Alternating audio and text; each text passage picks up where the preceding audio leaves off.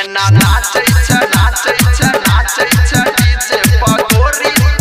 पर ऑर्केस्ट्रा के छोड़े DJ Om Prakash DJ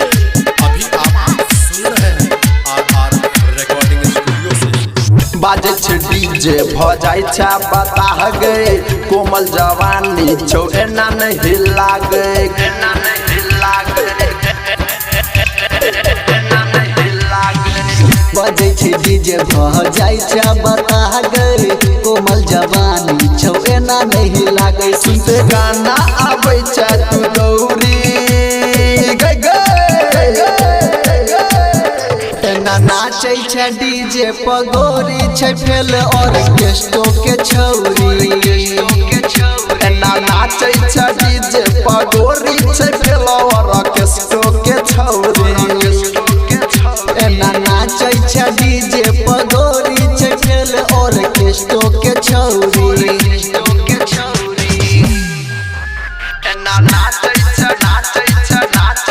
DJ पगोरी पर डीजे ऑर्केस्ट्रा के ओम प्रकाश अभी आप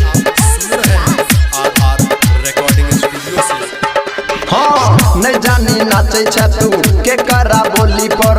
बैठ के टरोली पर ताको छोरा चोली पर छौरा त छौरा बुरबो दल छौ बता गे एना जे नाचे डटोंगे तो लाठी डोरी पर सुनते गाना आबै छ तू दौरी गए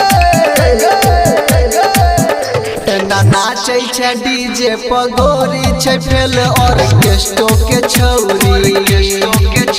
एना नाचै छ डीजे पगोरी छ फेल ऑर्केस्ट्रा के छौरी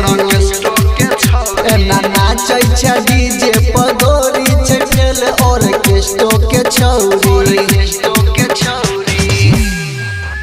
एना नाचै छ डीजे पगोरी पर DJ orchestra Om Prakash DJ पर ऑर्केस्ट्रा के छौरी इंद्रदेव माही के बजबै छ गाना नाचै छ बापे पुते करै छ बहाना नाचै छ ये ना तू जानौ जमाना राइटर राजा के डालै छ दाना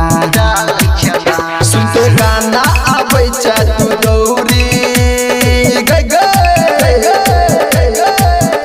एना नाचै छ डीजे पगोरी छ फेल ऑर्केस्ट्रा के छौरी एना नाचै छ डीजे पगोरी छ फेल ऑर्केस्ट्रा के छौरी एना नाचै छ डीजे पगोरी